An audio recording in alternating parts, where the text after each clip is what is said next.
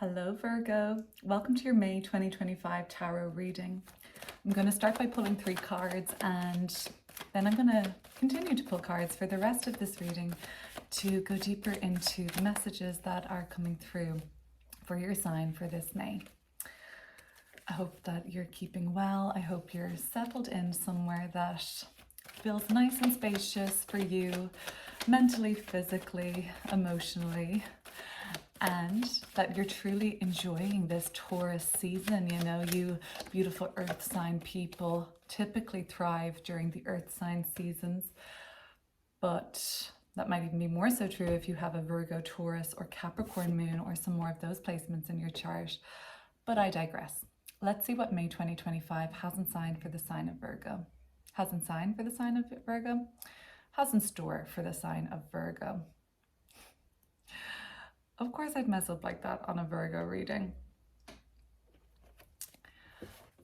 We have got beautiful energies of the Ten of Wands, because the reward of your hard work is coming in nicely with the Queen of Pentacles. And you know, it's not going to all be work, work, work. Virgo, the month of May has some really beautiful respite, and peace and quiet in store for you. Do you feel like you need that at this time? Have you felt lately, you know, the weight of responsibilities and all of the effort and hard work? And for some, it's been quite burdensome. For others, it's been very rewarding, this kind of like the grind and the sort of sense of accomplishment that's coming through. But one way or another, the Ten of Wands is not a very balanced energy. It can show a little overkill, and that's why I think these calls to really like take care of yourself in terms of like spending some time in nature, if that fills you up or fills your cup, whatever it does. It can be singing, it can be dancing, it can be shopping, it can be relaxing, it can be cooking, whatever really feels like a rest and relaxation for you. I think that that really is speaking to you this May and calling you to take a load off, find somewhere very peaceful. Maybe some of you are getting away, but some of you are doing something that's going to be at a very sanctuary-like place. Are some of you, you know, working hard to renovate or to make improvements about your home or physical space? Are some of you working hard or working every hour under the sun, or taking on more challenges or heavy workload so that you can clear your schedule and truly enjoy your environment in the month of May? And this environment that you're going to find yourself in at some point this May looks very luxurious for some, very spacious, like I said, very like tranquil. It could be in nature, it could be in the mountains, it could be around animals, but it feels like you feel like very at home here. You know, the other good thing about the Queen of Pentacles, or one of the many good things about her, is that she feels very healthy. She's thriving. You know, everything has been taken care of. And then there's this ability as a result to just make more out of your life, make more from what you have, sort of spin something into gold. This is also a really good indication for physical health returning. This is a sense of burnout often with the Ten of Wands, or depletion, even some pain in the body because of like the head, a lot on your mind, a lot of like a pressure headache or something like that.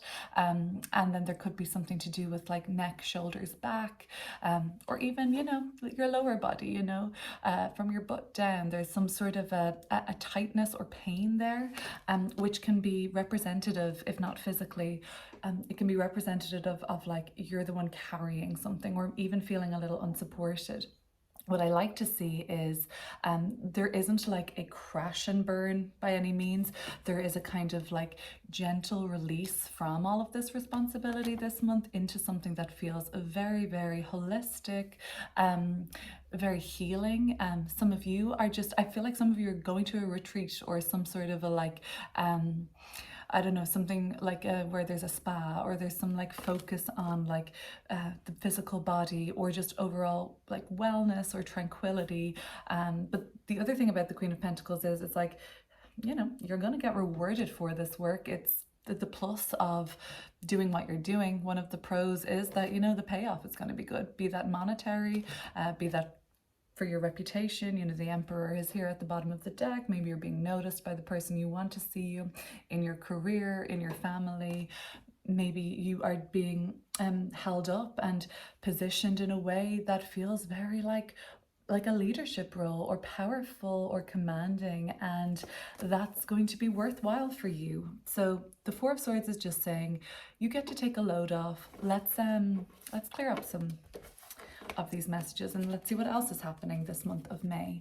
Now, Virgo, if this reading ends up resonating with you and you like the style, I've got another reading for you actually for May 2025, which is offering an entirely different perspective. We'll touch on some of the same things, but overall it's a totally different reading for what else might come up with for you. It could be like an extended, you could think of it like that, or just a different kind of trajectory overall.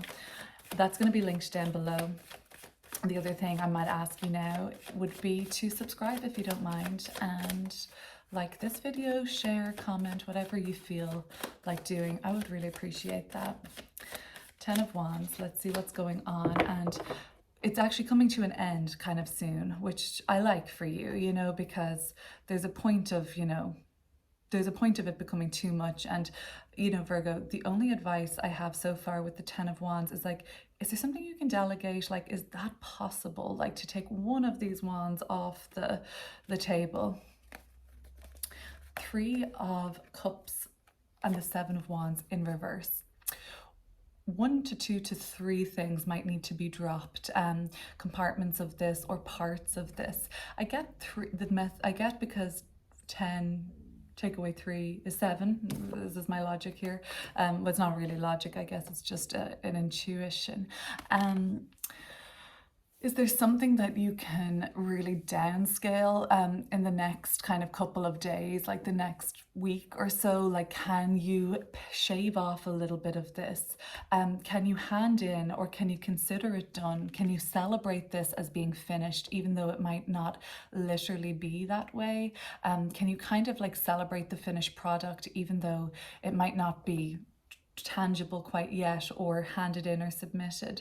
Can you at least see that you have done more than your fair share, more than enough? And, you know, you might even say like, I wasn't going to celebrate so soon, I wasn't going to go out, I wasn't going to socialize, I wasn't going to party, or I wasn't going to, you know, go to this concert or event or whatever it is, because I kind of was committed to just seeing this over the line. As it turns out, this week you're thinking like, no, to hell with that, I need to have some sort of a release, like I need to let my hair down a bit. You might be on kind of like vacation mode on some level, or maybe you're just like, I really see the light at the end of the tunnel now, and I'm getting excited and I'm ready to share some of this news or this information, or just share in my accomplishments. As far as you're concerned, you know, like you have nailed it. You've really hit this out of the park. So you're delighted with how things have gone, and you really think that celebrations are due. And the 7 of Wands in reversal. Okay, if you have been feeling or putting pressure on yourself, or you've been getting that from other people, and as a result, there is a sort of reaction to sort of say, okay, well, I'm not showing up, or I'm going to stay out late, or I'm going to like, you know, overindulge, or just kind of like have a bit of fun, you know, God forbid.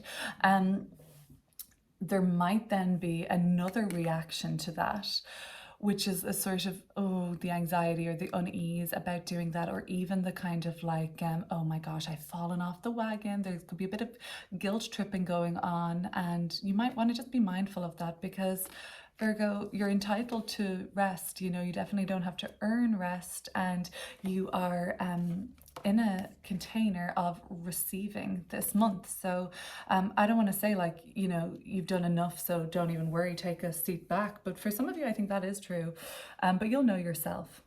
It seems like this is not balanced, right? So that's what I'm kind of getting at. So instead of things being, you know, thought through or seamless in this area of life, it seems like things are a reaction to what has been built up before. So you've allowed something in your life to be all on you. There is a sort of quality here of, you know, either you don't think anybody else could do as good of a job as you, Virgo, or there is just a sort of like, you know, expectation that you're going to be the one to do it. And like, and what would happen, Virgo, if you dropped the ball? What would happen if you didn't solve the problem? Like, would that create space for somebody else to come in and rise to the challenge? And actually, you know, could you be doing someone a favor because, you know, now this person has solved the problem and feels kind of accomplished, and therefore you don't feel so burnt out or taken advantage of, at worst exploited at the very worst. And then because this isn't balanced, and that this isn't like this, there's, I don't want to say it's not right, because there's no right or wrong, but it's not like, it's not exactly how it should be. So I think that then, instead of what happens next, it's just reaction instead of responding thoughtfully or in alignment. So you react by saying like, screw it, you know, let's go wild, kind of a thing, you know, maybe not, depends on your situation. And then the reaction to that is just like, oh my god, like I am way I've fallen off this hill, like I'm back to where I started, like oh my gosh, like there's a sort of like an internal story of, you know, you really messed up there, you know, at the worst. Just something to bear in mind. But anyway, I hope you have fun. The Queen of Pentacles. So this is actually a really centered and responsive and thoughtful and mindful energy. So I think, you know what, you learn from, you know, this sort of 10 of Wands to the 3 of Cups to the 7 of Wands. If you can delegate something now, you know, you might save yourself a lot of these like emotional ups and downs that come with the reactivity that you may display.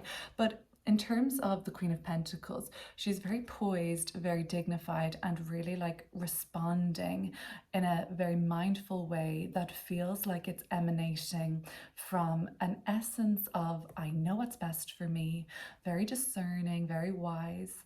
And she's really the person, like this earthy sign quality, like yourself, that's really taking up most of May. So I like that. 8 of Cups and the Page of Wands. Now, here is where we see a whole lot of fun and letting your hair down after you like finally abandon mission. And abandon mission, even if it's imperfect, in the Thoth deck, this is actually called, the 8 of Cups is the Lord of imperfect success, the Lord of abandoned success. Something like this, basically. You are very forgiving with yourself in the 8 of Cups. You're really detached from your small self ego of basically the small picture. You, in the 8 of Cups, really realize that, okay, there is more to this journey of mine than meets the eye. And in the grand scheme of things, no matter where I go next, I will find myself where I need to be. And there's a much more like soulful energy with the 8 of Cups. So what I'm trying to basically get to in this is that when all is said and done, when you get to turn your back on this, and that could be the completed project, you've handed it in, there's nothing more you can do, or you kind of say like, look, I think it's fine the way it is. That then translates to, now I'm really ready to socialize, to engage, to kind of like really like have an adventure. There's something really exciting awaiting you this month. Maybe it takes you out of your comfort zone.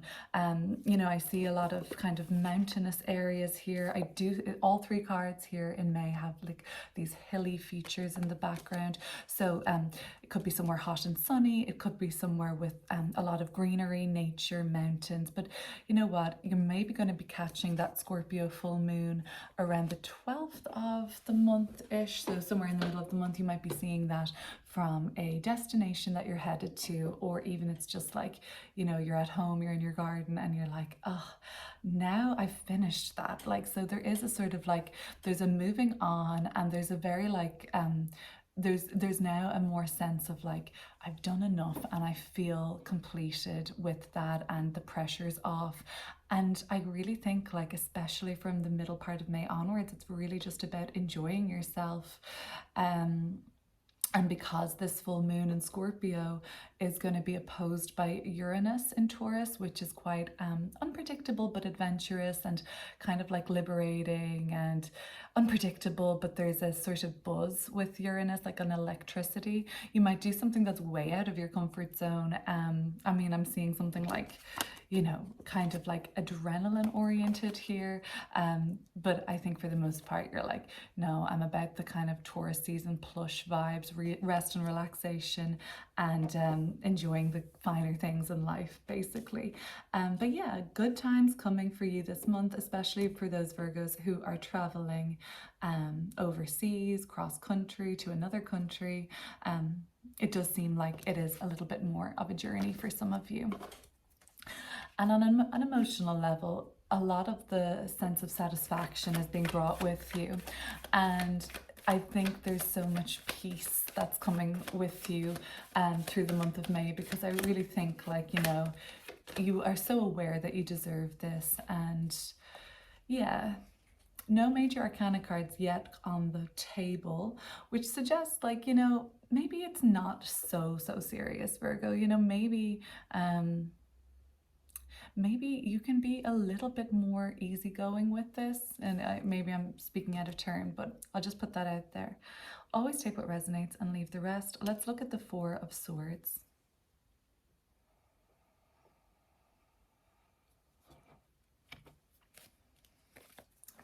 Now we do have a major arcana card, the Star card and the Page of Swords.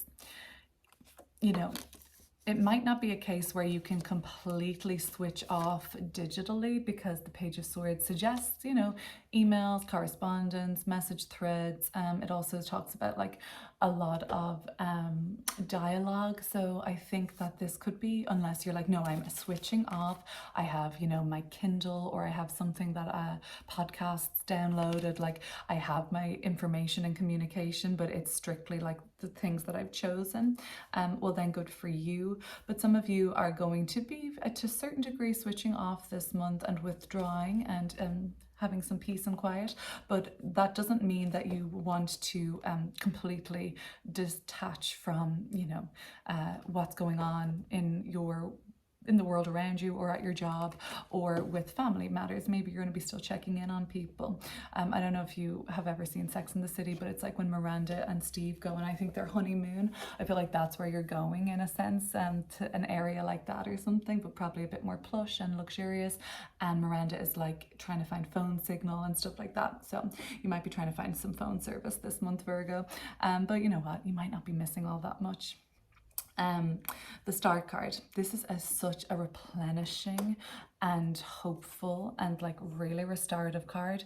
I don't see this particular reading, now your other reading is a little different, but this particular reading, like for those of you it resonates with, like, there's nothing dramatic here this month. There's nothing that is going to take you by massive surprise, or it doesn't seem like that. It seems like it's a really like hopeful month. Faith is restored. Your like mind, body, spirit comes up with the Star card. It's just a very holistic energy of like, I'm feeling good, I have a lot of faith in my life and myself. And maybe you're looking up to the stars one night, and or the moon, and you're sort of seeing this kind of like very majestic, awe-inspiring, very wholesome sort of belonging in the world around you. It's really nice, actually, a beautiful reading. And I think that the Page of Swords and the Star card, let me see what I can say about that kind of information. For some of you, the information, like, and maybe that's why you're eager to stay in touch, even if you're taking a little bit of a break, because there's something that you're looking forward to hearing about.